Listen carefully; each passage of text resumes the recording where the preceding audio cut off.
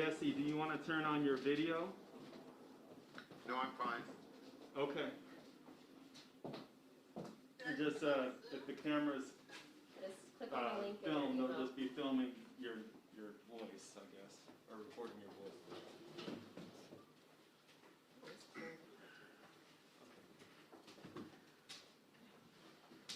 Well, if he's not going to be on film.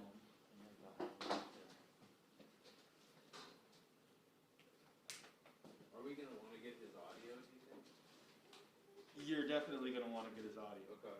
So when he speaks, can you put it back up there? Sure. Or Mike can get, thank you. Absolutely. Do you want to be right there? And right here? Good afternoon, everybody. I want to start by apologizing for our lateness today. There's a lot happening in the world, a lot going on. Monet is a single parent of 5, a dedicated college student, and she's going through a lot of trauma right now, as many of you actually know, based on what's occurred over the past several months and its aftermath. On March 3rd, 2020, the Ellis family was devastated by the killing of their loved one, Manuel Ellis. Manuel was a dedicated family member, a father, a wonderful son, and a great brother. He had gone to church, played in his church band that night, got home and was feeling good about his world. He decided to walk to a corner store to get snacks.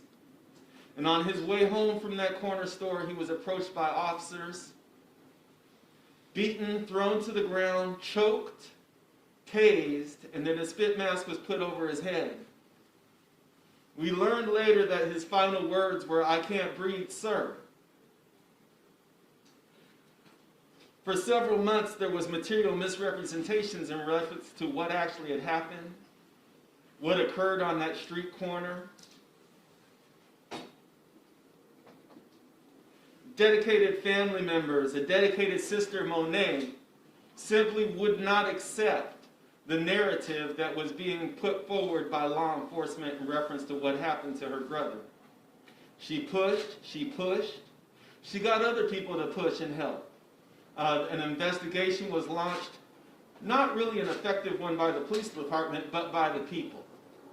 And as we worked to collect additional information, what we discovered was that there were actually 3 separate videos of what happened to Manuel Ellis. What we discovered was there were 3 separate witnesses that saw exactly what happened to Manuel on that evening. And every single one said that Manuel Ellis had done nothing wrong. Had said that the officers approached him, hit him with a door, threw him to the ground, began to choke, hit, beat, and eventually tase him. And what we learned from Ring video is that Manuel Ellis' final words were, "I can't breathe, sir." Words of absolute respect to those that were degrading his body at that moment and not listening to his pleas for help. As many of you know, the Washington State Patrol has actually initiated its investigation at our request. I should say the state has initiated an investigation at our request. It's been taken from Pierce County into the state. The family is dedicated to getting justice for their loved one. They are dedicated to getting these officers prosecuted for the harm that they caused, for the killing of their loved one. They have a full range of emotions that they have experienced since that fateful day. But at this moment, they're trying to channel their feelings, channel the hurt that they feel in such a way that they make sure or do the best they can to stop other family members and other people from experiencing what Manuel Ellis experienced on that night and what they have been experiencing ever since.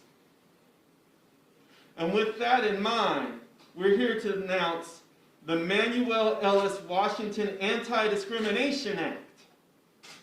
This act would make it a human right, a civil right, to not be choked to death by police officers.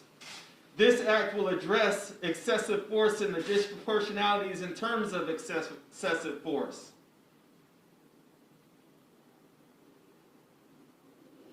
Hopefully this act will save someone's life in the future. One extra person at the dinner table, people being able to be together, others getting the help that they actually need rather than being choked to death on a street corner by a cop. That's our hope with this act. But the family also recognized that with all of this, there are systemic inequities that are present in our society that impact how we treat one another, that impact the level of health care that we get or treatment. And with that, they decided that Manuel Ellis and his name should live forever in an anti-discrimination act that addresses other issues of inequity as well.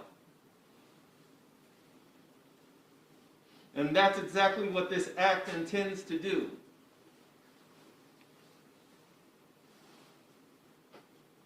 And hopefully,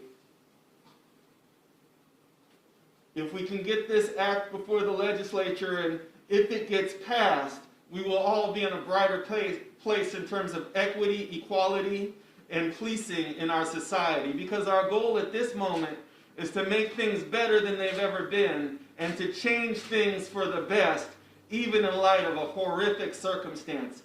So at this time, I'm going to pass it over to Julia to explain some of the public health components involved in this particular ballot measure, Initiative 1300, Manuel Ellis, Washington Anti-Discrimination Act. Julia. Thank you, Mr. Bible.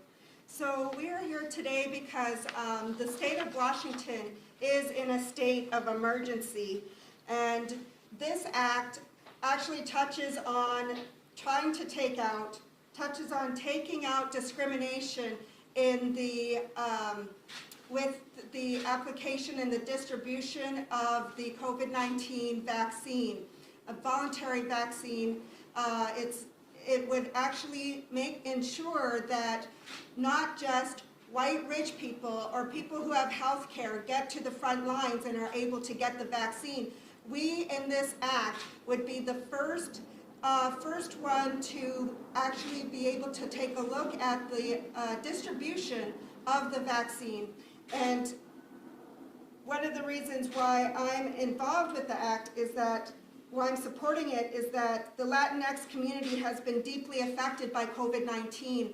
COVID-19 has really affected Black and brown populations, and we really need this act to be able to ensure that essential workers who are primarily made up of the Latinx community, who are agriculture workers, they're in the cleaning industry, they're also in the healthcare industry, that we do not, as part of the Latinx community, Black and brown lives do not get placed at the back of the line. We want the distribution of vaccinations to be equitable, to be distributed in an equitable way. We also know that the Washington State Insurance Commission has stated that the majority of people without health care are the Latinx community, and we know that people without health care will not have access to the vaccine.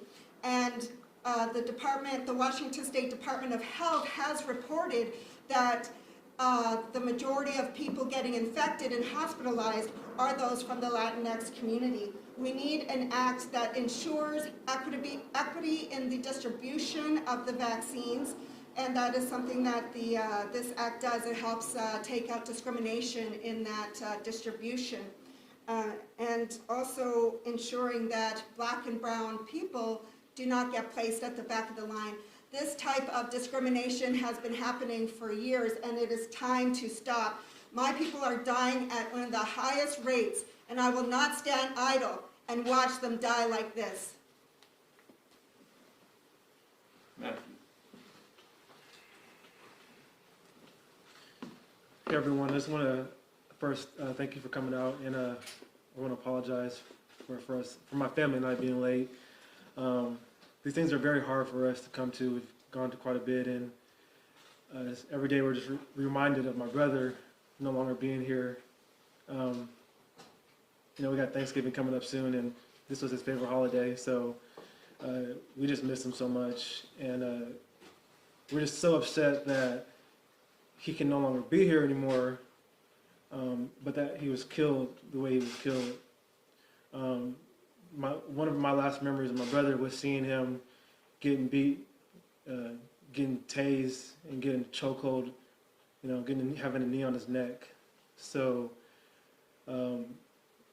this is very hard for my family, and I just hope that you all understand how important this law is, this act is. Yeah, that's all I have to say. Monet.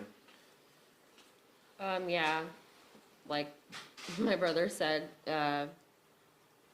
any gathering that our family had where food was involved, Manny was definitely excited for it and looked forward to it, and it's going to be really hard and different this year and the years to follow, just because he was in a lot of ways an important factor in our family, and we don't get to share things with him anymore. We don't get to share holidays, birthdays, just family time in general. We don't get to look forward to that anymore. So these press conferences are really hard for all of us. This Anti-Discrimination Act is extremely important because of the protections that are in there for the BIPOC community. We can't stop what happened to our brother, right now. If this was to happen again, especially to a person that is underrepresented, it would go unnoticed, more than likely. People don't pay attention to things that are happening in our communities. And so I just urge every Washingtonian to, sign this initiative, just for the simple fact that with the measures that are in place here, we could get justice if something like this is to happen again to another Washingtonian, especially a Washingtonian that is a part of the BIPOC or the LGBTQIA community, because our people are heavily impacted by discrimination with the police and from police brutality and systemic injustices. And this initiative is a step in the right place for our people. So I urge everybody in Washington to sign this petition, and if it goes to a ballot for a vote, I urge everybody to vote yes on it, because we need better systems in place here in Washington, so that way police officers can be held accountable for discriminating against people of these underrepresented communities.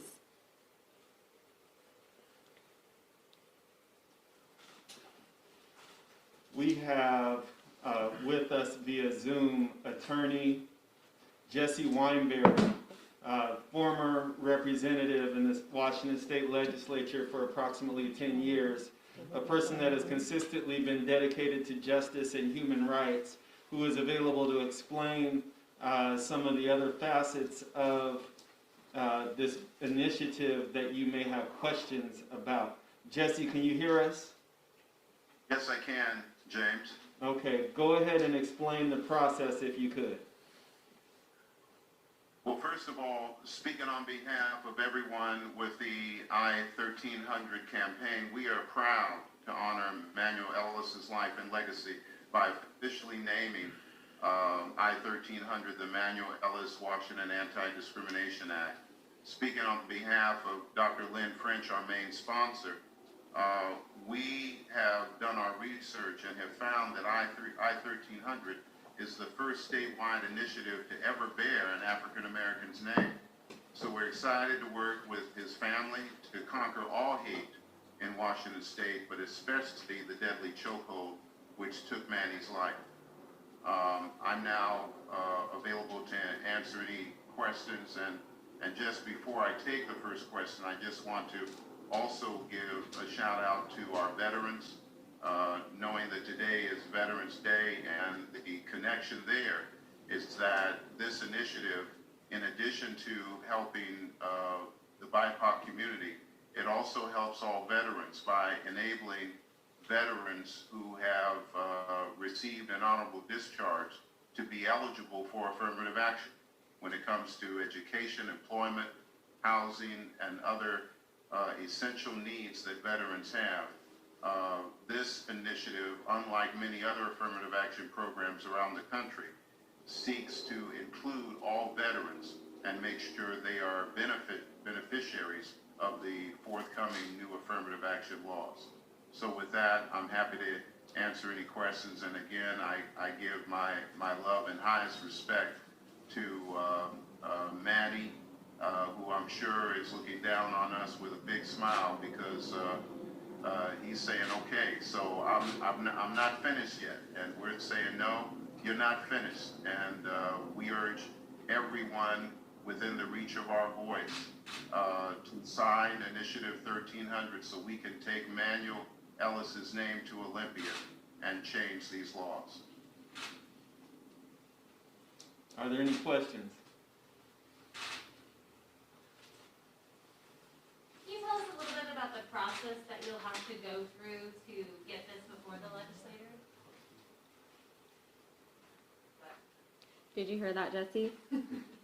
I heard a voice and I heard the legislature. Is she asking She how wants- can we She wants to know have the process. expectations of passing it in the legislature? Was that the question? She's Yeah. asking about the process by which we get it in front of the legislature. Okay, and many folks are not aware that in Washington State, we're one of only 25 states where people can make laws. In the other 25 states, they have to wait for politicians to make all the laws. And the two ways that it can be done in Washington State is by initiative. There's the initiative to the people, which goes straight to the ballot. And then there's the initiative to the legislature, and that's what the Manuel Ellis Washington Anti-Discrimination Act is. There's 3 phases to an initiative to the legislature. Phase 1 is to get a ton of signatures. And the number I'm going to give you, I mean, don't get scared because we've done it before, but it's over 300,000 signatures that have to be turned into the Secretary of State by New Year's Eve.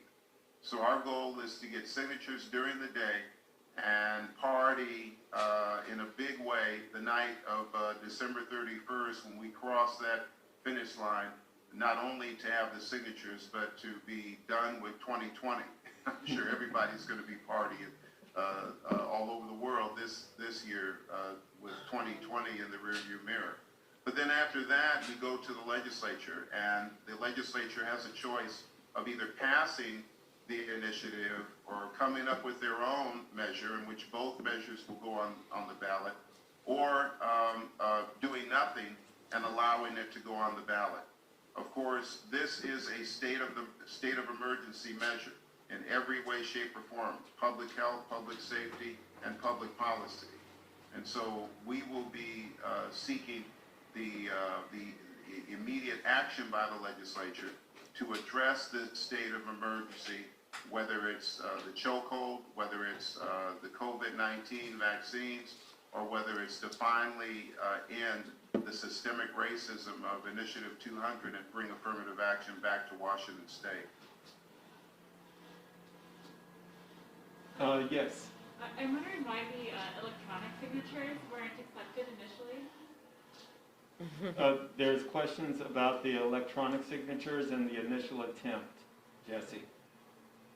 Yeah, that's a good question.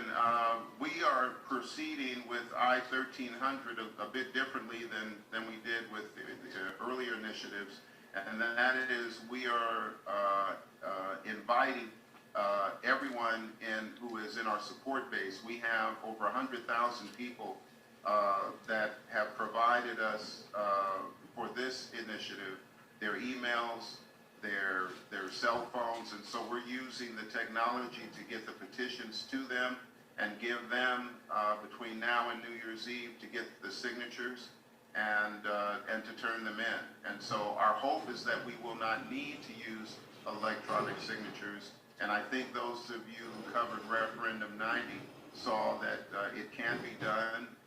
They got close to 200,000 signatures, I believe, the old-fashioned way, and so we intend to do the same. Any other questions?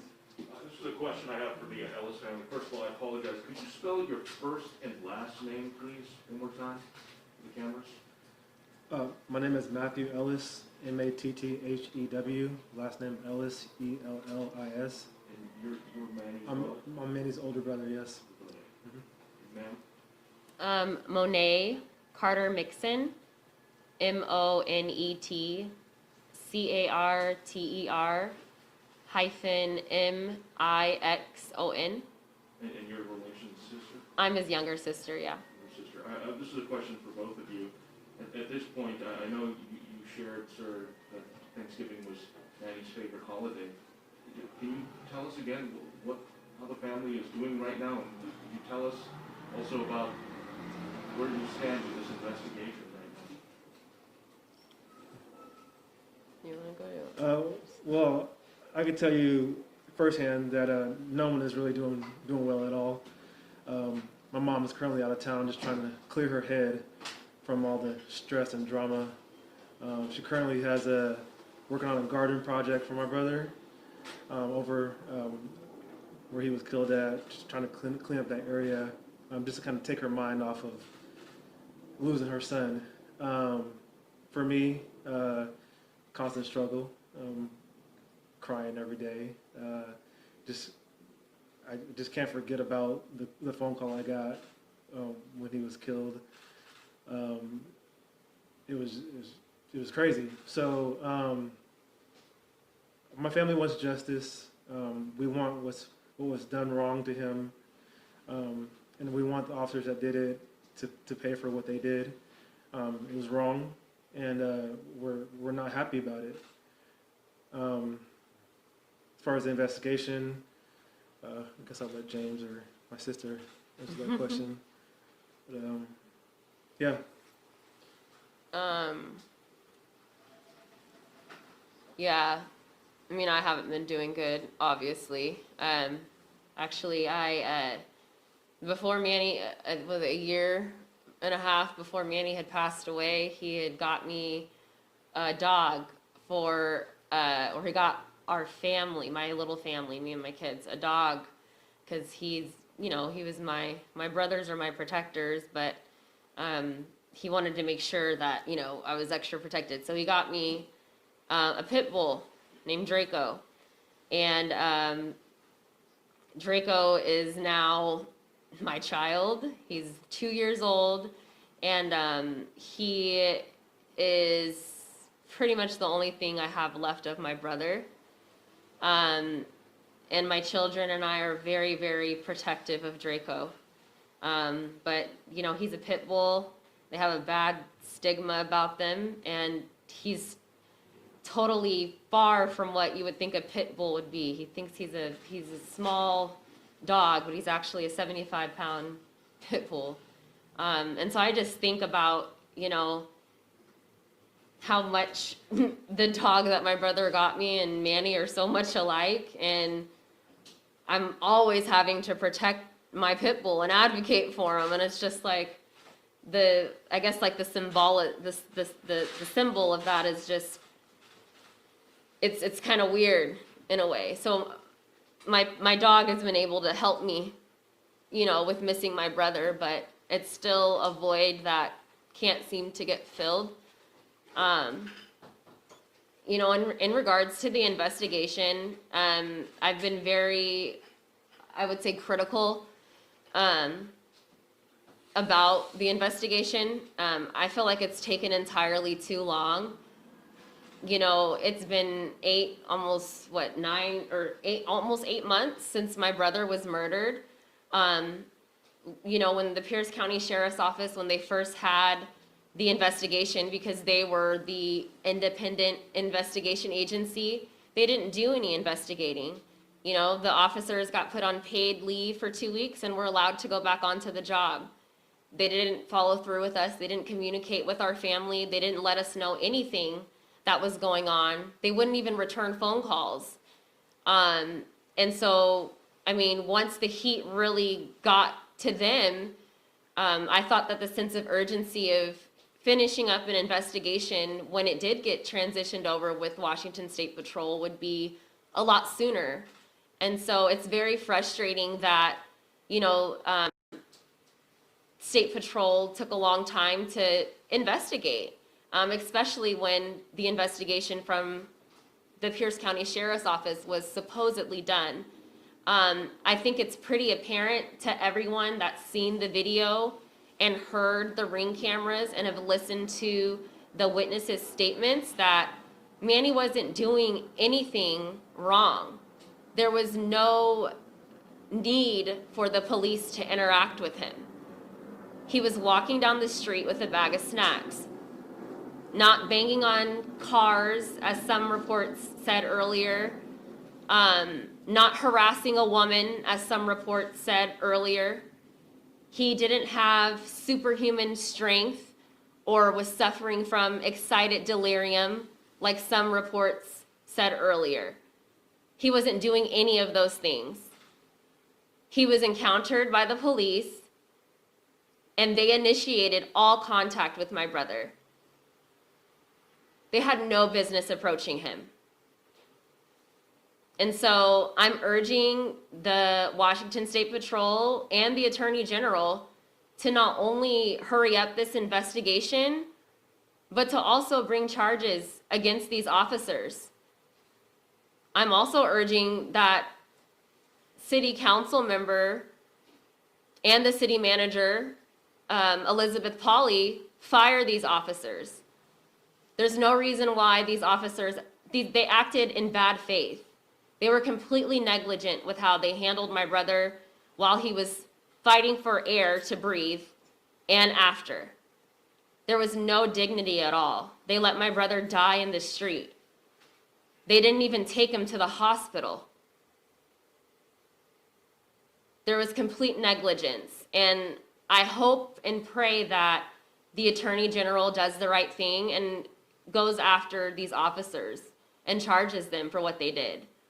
Now, quickly, this law might face some pushback, especially from multiple law enforcement agencies. What would you say to those agencies that don't want the chokehold banned? Do you want me to answer? Or you?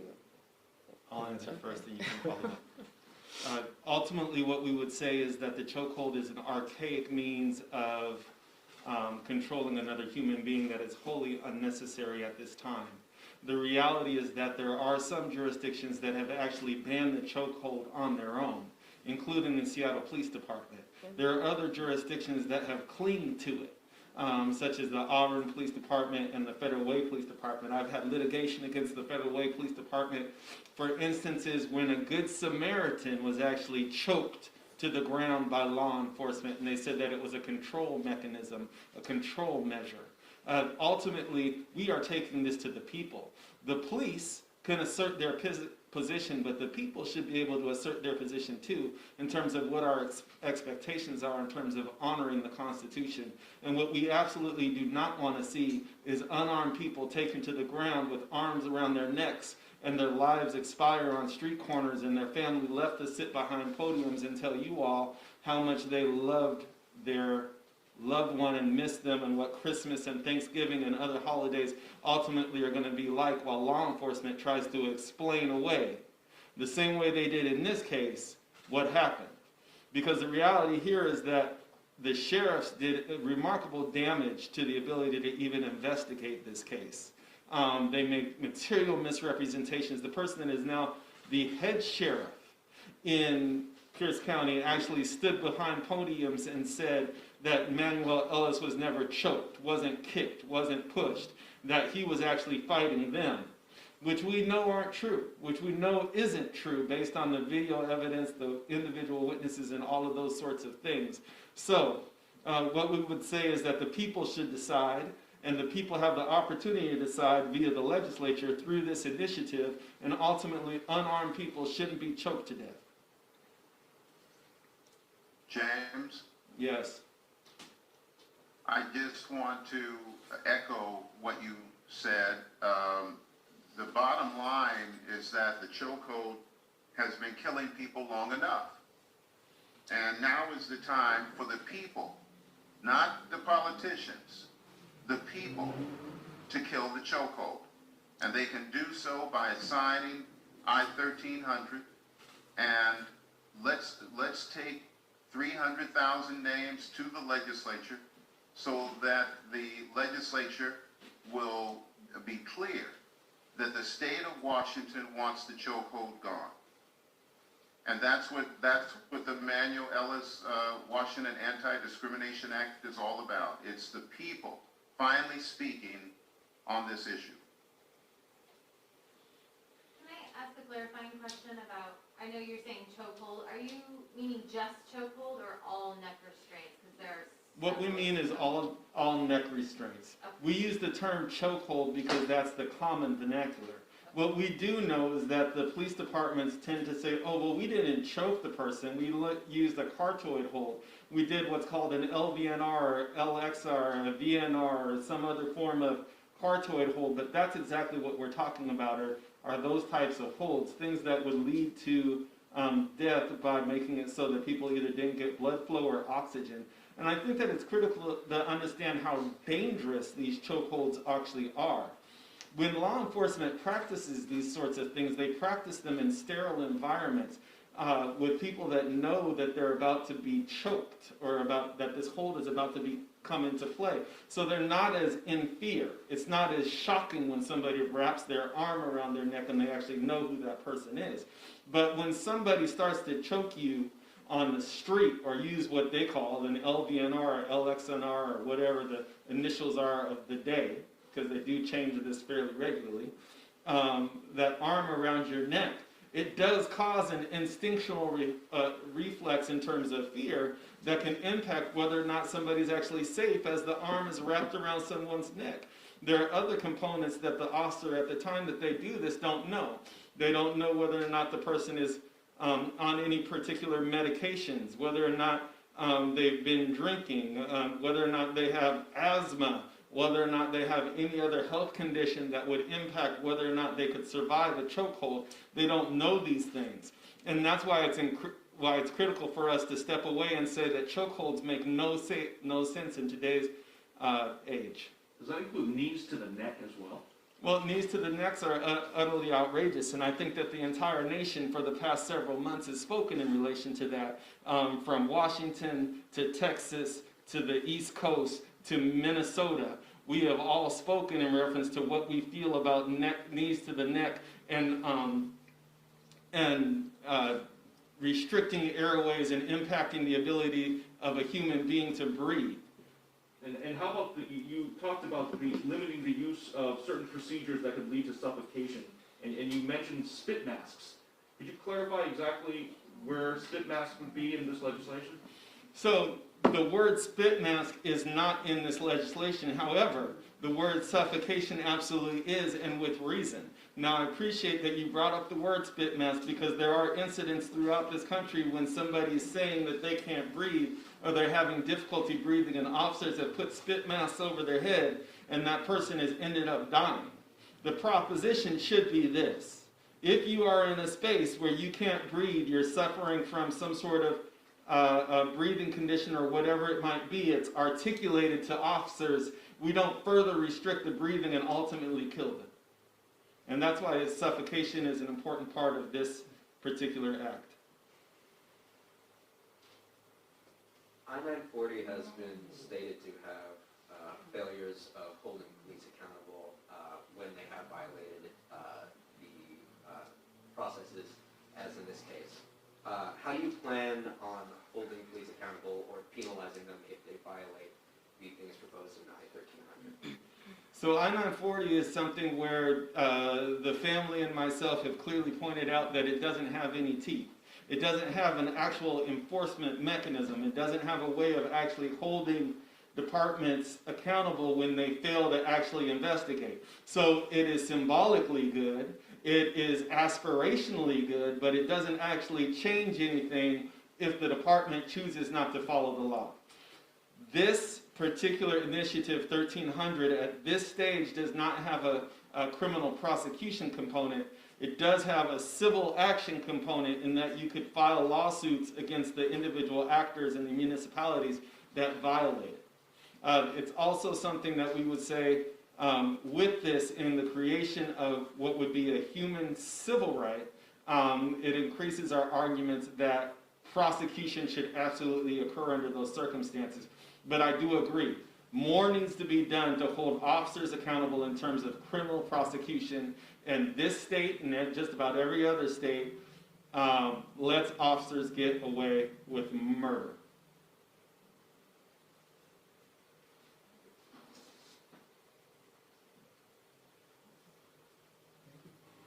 Any other questions?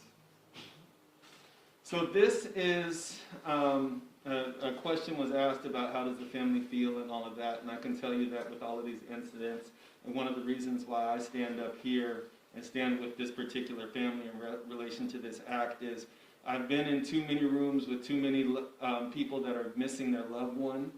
I've been on phone calls in the middle of the night where they've stayed so strong during the day, but now they're breaking down and they're in tears and there's nobody to talk to them about like moving forward, and it doesn't seem even rational to be able to move forward.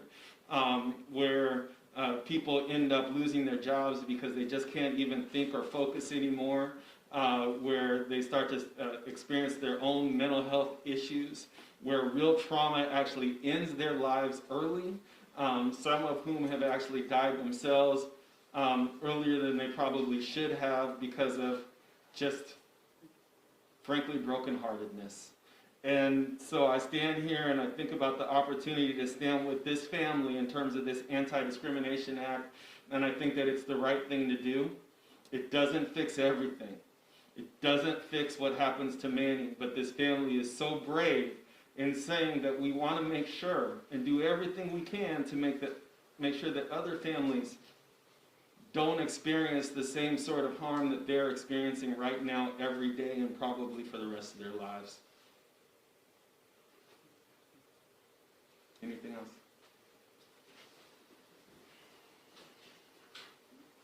Okay, thank you guys. Julia, Oh, could you tell us your last name and how you spell your name? Julia, spelled Julia. Last name's Bobadilla Melby, spelled B as in boy, O, B as in boy, A, D as in Dan, I-L-L-A, hyphen Melby, M as in Mark, E-L-B as in boy, Y. what do you do? What's your... So I'm one of the sponsors for the initiative. I did want to go over this, I've spoken with this with Jesse, is that I-1300 creates a new civil right which protects every resident from police chokeholds. We would be the first state in the nation to declare a civil right which protects us from police chokeholds. So it's not just a criminal act, it's a civil action because we are declaring to end that. So we're asking the people to support this initiative. You can go online to yeson1300.com, get a petition, and help us gather signatures so that we can take this initiative to the legislature and get discrimination out of the state of Washington. And I believe the website is yeson1300.com. Yes, on 1300.